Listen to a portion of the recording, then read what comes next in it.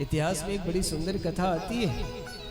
ये गिरिराज जी कहां से आए, कैसे उत्पन्न हुए, पता है आपको? ये गिरिराज जी जो है ना, ये पहले शुरुआत से यहां पर नहीं थे।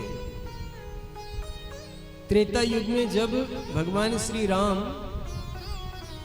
पुल बना रहे थे समुद्र में, तो उस समय भगवान ने सभी को ये आदेश दिया कि जिसको जहां पर जो पत्थर मिल जाए उसे उठा कर लाइए। तो हनुमान जी गए त्रिकूट पर्वत के पास, त्रिकूट पर्वत से निवेदन किया कि हे त्रिकूट, तुम्हारे पास कई पर्वत श्रृंखलाएं हैं, मेरा निवेदन है कि आप चल के राम के काज में सहायता कीजिए। लेकिन एक बात बताएं, भगवान किसी को कितना भी धन क्यों ना दे दें, कितना भी वैभव क्यों ना दे दें, लेकिन यदि उसके मन में श्रद्धा नहीं है, भाव नहीं है, सेवा का भाव नहीं, परमार्थ का भाव नहीं, तो समझ लो कि वह सब व्यर्थ है, उस पर प्रभु की कोई कृपा नहीं है। अगर प्रभु कृपा करते हैं तो कृपा की पहचान सबसे पहले होती है आपकी भावनाओं से, आपके मन में कैसा भाव है, आप कितना धनवान हैं, आप कितना धन दान करते हैं, ये कोई बड़ा महत्व नहीं रखता है।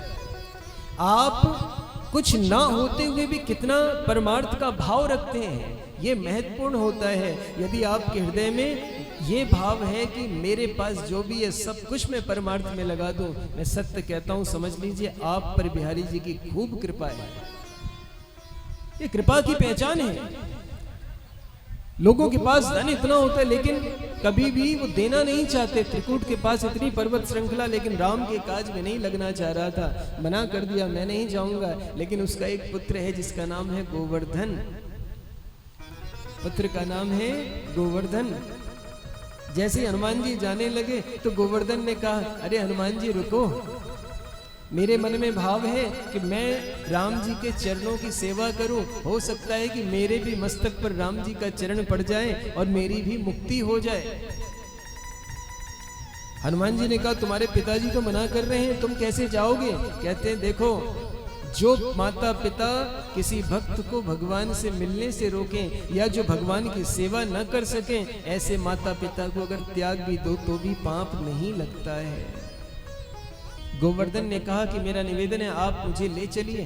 हनुमान जी ने अपनी पीठ में उसको धारण किया और वहां से चल दिए। वृंदावन ब्रज क्षेत्र में आ गए। ब्रज क्षेत्र में जैसे ही पहुंचे तो संदेशा आ गया कि अब पुल बन चुका है, अब जो जहां पर है वो वहीं पर उस पत्थर को रख दे। हनुमान जी ने वहीं पर रख दिया गोवर्धन को। अब गोवर्धन बड़ा चिंतित हुआ, रोने लगा, विलाप करने लगा, प्रभु मुझसे ऐसा क्या क्या अपराध हुआ है, मुझे बताएं जरा। क्यों? क्योंकि मैं तो आपकी सेवा के लिए आया था, मैंने अपना परिवार छोड़ा आपकी सेवा के लिए, मैंने घर बार छोड़ा आपकी सेवा के लिए, और आप ही मुझे ठुकरा रहे हैं। ये तो आप अन्याय कर रहे हैं मेरे साथ। मैं अपना पूरा घर बार सब कुछ छोड़ के आपके लिए आया और आपने मुझे मझधार में लटका दिया। हनुमान जी ने राम जी से बताया कि ऐसी ऐसी समस्या है, गोवर्धन तो विलाप कर रहा है, वो तो प्राण त्यागने का निश्चय कर चुका है, क्या करें? तो भगवान ने कहा कि उसको समझाओ कि इंतजार करें, और द्वापर में आकर के, आज भले मैं उसका पूजन नहीं कर सकता, आज उसको भले मैं अपने उस पर कृपा नहीं कर पा रहा हूं, लेकिन मैं सत्य कहता हूं द्वापर में आकर के मैं स्वयं उसकी पूजा करूंगा। बड़ा सुंदर भाव है। अगर आप अपने लिए जीते हैं तो ध्यान रखिए, पशु भी अपने लिए जीवन जी लेता है। हाँ, ये कुत्ते बिल्ली, ये जानवर, ये पशु जो आपके घर में बंधे हैं, ये सब अपने लिए जीते हैं। यदि किसी व्यक्ति में परमार्थ के, यदि किसी जीव में परमार्थ के लिए जीने की भावना होती है तो वो सिर्फ मनुष्यों के अंदर होती है। लेकिन मैं सत्य बताऊं, इस कलयुग में तो जानवरों के अंदर परमार्थ की भावना आ गई, लेकिन मनुष्यों के अंदर नहीं आ पा रही जी।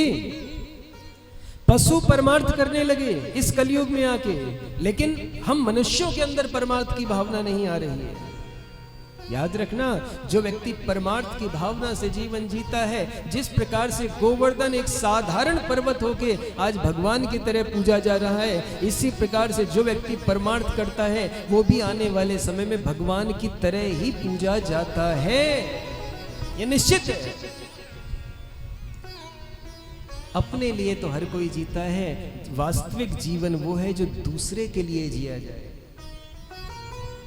गोवर्धन ने निवेदन किया, भगवान राम ने संतुष्टि कर दी, उसको विश्वास दिलाया कि मैं द्वापर में आके तेरा पूजन करूंगा। और वही गिरिराज जी गोवर्धन आज भी इंतजार कर रहे थे द्वापर तक। तो भगवान श्री कृष्ण ने आकर के इनका पूजन कराया।